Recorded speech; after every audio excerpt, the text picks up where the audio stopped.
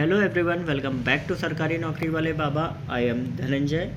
जैसा कि आप सभी की रिक्वेस्ट थी कि भाई ICAR की जो टेक्नीशियन फर्स्ट पोस्ट आई है उस पर भी एक वीडियो बनाया जाए, तो मैंने टेक्नीशियन फर्स्ट का प्रमोशन का ये देखिए आपका जो ये जो ऑफिशियल नोटिस है वो मैंने ICAR की वेबसाइट से डाउनलोड की। अब मैं इसमें आपको प्रमोशन के बारे में बताऊंगा कि एक अगर आप अर्ली एज में अगर टेक्नीशियन में ज्वाइन करते हैं तो आप कहाँ तक जाते हैं। ठीक है, तो मेक श्योर आप इस वीडियो को पूरा और बहुत ही ध्यान से देखिएगा। ठीक है, और एक चीज़ मैं बता दूं कि मैं इस चैनल पे अलग अलग नोटिफिकेशंस आपके जॉब्स के अपडेट्स में देता हूँ, उनके प्रमोशन, सैलरी क्या रहती है, साथ ही साथ SSC की जितनी भी अपडेट्स हो सकती है मैं प्रोवाइड कराता हूँ। अगर आपका कोई भी अलग से सजेशन है तो आप मुझसे लिख के आप मुझसे पूछ सकते हैं, मैं उस पर भी एक वीडियो बनाऊँगा। तो मेक श्योर आप इस वीडियो को सब्सक्राइब और बेल नोटिफिकेशन को ऑन ज़रूर करिए, क्योंकि कहीं ना कहीं आपको अपडेट्स बेल नोटिफिकेशन के ऑन करने से ही मिलेंगी। साथ ही साथ मैं आपको एक चीज़ बता दूँ कि आप इस वीडियो को लाइक ज़रूर करें, क्योंकि लाइक करेंगे तो कहीं ना कहीं मेरे लिए भी एक थोड़ा सा बेनिफिट रहेगा। तो चलते हैं हम अपने प्रमोशन की तरफ। तो सबसे पहले हम चलते हैं यहाँ पे आपका पेज नंबर इसमें 15 पे। ओके, ये देखिए पेज नंबर 15 पे आपका टेक्नीशियन फर्स्ट की आपका पूरा क्राइटेरिया दिया गया है कि भाई एसेशनल क्वालिफिकेशंस क्या क्या होती हैं, एग्जिस्टिंग क्वालिफिकेशंस आपकी क्या क्या होनी चाहिए, डिजायरेबल में आपका कौन कौन सा रहती हैं। ठीक है, अब यहाँ पे हम एक लाइन पढ़ते हैं कि the case of promotion of supporting staff to technical grade 1 under 33.3% quota reserve for departmental candidate may be dealt with accordingly. मतलब टेक्निकल स्टाफ के मतलब टेक्नीशियन फर्स्ट के अंडर में एक सपोर्टिंग स्टाफ होता है जिसका प्रमोशन जो होता है वो टेक्नीशियन ग्रेड फर्स्ट में होता है। लेकिन एक चीज़ मैं बता दूं कि इनमें से 33.3% मतलब 1/3 जो होता है वो आपका डिपार्टमेंटल प्रमोशन की तरफ से भरा जाता है, बाकी 2/3 जो होता है वो अलग से आपका आता है। तो जैसा कि आप देख रहे हैं कि अभी जो वैकेंसी आई है वो 2/3 मतलब लगभग 67 के आसपास लगभग % वैकेंसी जो है वो अलग से भरी जानी है, जो कि नोटिफिकेशन आपका आउट हो चुका है।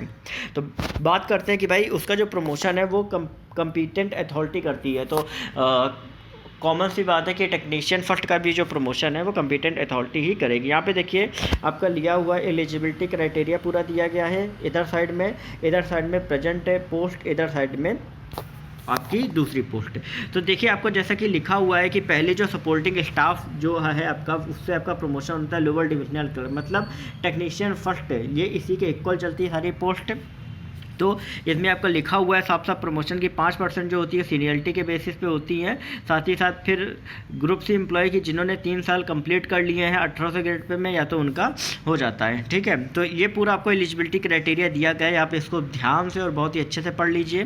फिर आपका डिपार्टमेंटल क्वालिफाइंग एग्जामिनेशन में आपका अगर आप एग्ज़ाम क्वालिफाई करते हैं तो आपका कैसा का प्रमोशन रहता है। अगर आपका 12th स्टैंडर्ड पास है तो फिर आपको कुछ बेनिफिट मिलते हैं या नहीं मिलते हैं, तो पूरा आपको दिया गया है। नेक्स्ट हम बढ़ते हैं, आपकी नेक्स्ट जो दूसरी आपकी पोस्ट है, मतलब दूसरा प्रमोशन है वो आपका है LDC से। यहाँ पे आपका फ्रॉम था, यहाँ पे 2 था, तो LDC से UDC मतलब टेक्निकल फर्स्ट से टेक्निकल सेकंड। देखिए होता क्या है कि अलग अलग दोनों चलते हैं, ऐसा नहीं होता, बस नाम थोड़ा सा डिफरेंट है लेकिन ग्रेड पे सेम ही रहता है। तो टी फर्स्ट से टी सेकंड में आपका क्या रहता है कि 75% जो होता है वो प्रमोशन से आपका भरा जाता है लोअर डिविजनल क्लर्क से। मतलब 8 साल की रेगुलर सर्विस अगर आपने पूरी की है तो आपका प्रमोशन आपका हो जाएगा। दूसरा क्या होता है कि आपका लिमिटेड डिपार्टमेंटल एग्जाम आपने पास किया हो, जो 25% आपका जो डिपार्टमेंटल जो भी 25% जो वैकेंसी होती है वो डिपार्टमेंटल एग्ज़ाम के थ्रू भी अलग से भरी जाती हैं। और वो क्यों, क्योंकि कई बार क्या होता है कि कुछ लोग एग्ज़ाम पास नहीं कर पाते हैं जिसके कारण उनको 8 साल लगते हैं। कुछ लोग एग्ज़ाम पास कर लेते हैं तो उनके लिए 5 ईयर्स की डेडलाइन रखी गई। 5 साल जिन्होंने पास कर लिया और जिनका डिपार्टमेंटल एग्ज़ाम निकल गया तो उनको जल्दी प्रमोशन मिल जाता है। ठीक है, अब इसमें ये अलग से इसमें दिया गया है। ठीक है, ये आपका सेम बिल्कुल ऊपर वाला ही पैटर्न कॉपी हो गया है। नीचे चलते हैं कि UDC से, तो UDC मतलब टेक्निकल फर्स्ट से आपका टेक्निकल सेकंड से आपका टेक्निकल थर्ड में आपका प्रमोशन होता है, मतलब असिस्टेंट के रूप में प्रमोशन होगा। इसमें आपकी 15% जो आपका वैकेंसी रहती है वो अपर डिविजनल क्लर्क से भरी जाती हैं, जो इन्होंने 10 साल की सर्विस पूरी कर ली हो, ठीक है। आपका फिर यहाँ पे डिपार्टमेंटल एग्ज़ाम जिन्होंने क्वालिफाई कर लिया उनके लिए 6 ईयर्स और प्लस डिपार्टमेंटल एग्ज़ाम, मतलब जिन्होंने 6 ईयर्स की सर्विस कंप्लीट करी या डिपार्टमेंटल एग्ज़ाम उन्होंने क्वालिफाई किया हो, उनके लिए उनका जो प्रमोशन है वो आपका जल्द ही हो जाता है, ठीक है। लेकिन एक चीज़ ध्यान रखिए कि डिपार्टमेंटल एग्ज़ाम क्वालिफाई करना इतना ज़्यादा आसान नहीं रहता, सिलेबस बहुत ही अच्छा रहता है, पेपर भी अच्छा है। तो ध्यान से आप जब भी डिपार्टमेंटल एग्ज़ाम दें, साथ ही साथ कुछ लिमिटेड अटैम्प्ट भी आपके होते हैं, तो ध्यान से आप जब भी दें तो तैयारी करके दें। फिर नेक्स्ट आपका है असिस्टेंट से आपका सेक्शन ऑफिसर होती है। तो असिस्टेंट से सेक्शन ऑफिसर के लिए 50% प्रमोशन आपका 6 साल की सर्विस पूरी करने पे होते हैं। बाकी आपका अगर आपने 5 साल की सर्विस पूरी कर ली है और तो फिर आपको 1 साल का रिलैक्सेशन मिलता है अगर आप डिपार्टमेंटल एग्ज़ाम क्वालिफाई कर लेते हैं। मतलब अगर आपने डिपार्टमेंटल एग्ज़ाम क्वालिफाई किया है तो 5 इयर्स में आपका प्रमोशन है, अगर आपने नहीं किया है तो 6 इयर्स में आपका प्रमोशन होगा। फिर हम चलते हैं, नेक्स्ट आपकी है सेक्शन ऑफिसर में अंडर सेक्रेटरी। इसमें आप जैसा कि देख रहे हैं ग्रेड पे भी पूरा मेंशन है, इसमें कोई भी डिपार्टमेंटल एग्ज़ाम का जिक्र नहीं है। तो इसकी जो पोस्ट है इसमें आपको 6 इयर्स की रेगुलर सर्विस जब आप पूरी कर लेते हैं तभी आपका प्रमोशन हो जाता है, ठीक है। इसके लिए कोई भी डिपार्टमेंटल एग्ज़ाम क्वालिफाई नहीं करना पड़ता है आपको, ओके।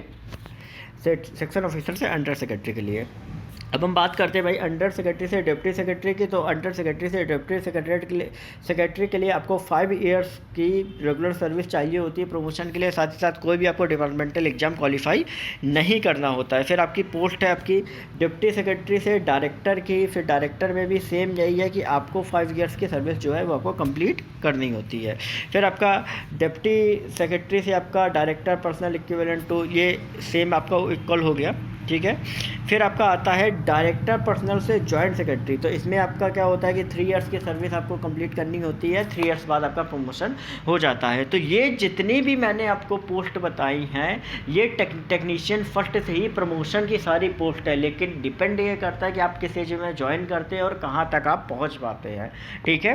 तो मे बी अगर मैं बात बताऊँ तो एक टेक्नीशियन अगर टाइमली ज्वाइन कर लेता है तो वो अंडर सेक्रेटरी तक ईजिली पहुँच जाता है। अगर आप लेट ज्वाइन करते हैं तो आप सेक्शन ऑफिसर तक ही पहुंच के रिटायर हो जाते हैं, क्योंकि देखिए प्रमोशन जो आपका होता है वो डिपेंड करता है जोन वाइज और लोकेशन वाइज डिपेंड करता है, ठीक है। तो ये जो मैंने प्रमोशन क्राइटेरिया बताई ये आपका टेक्नीशियन फर्स्ट पोस्ट का है, ICAR आपका उस ICAR डिपार्टमेंट में आपका है।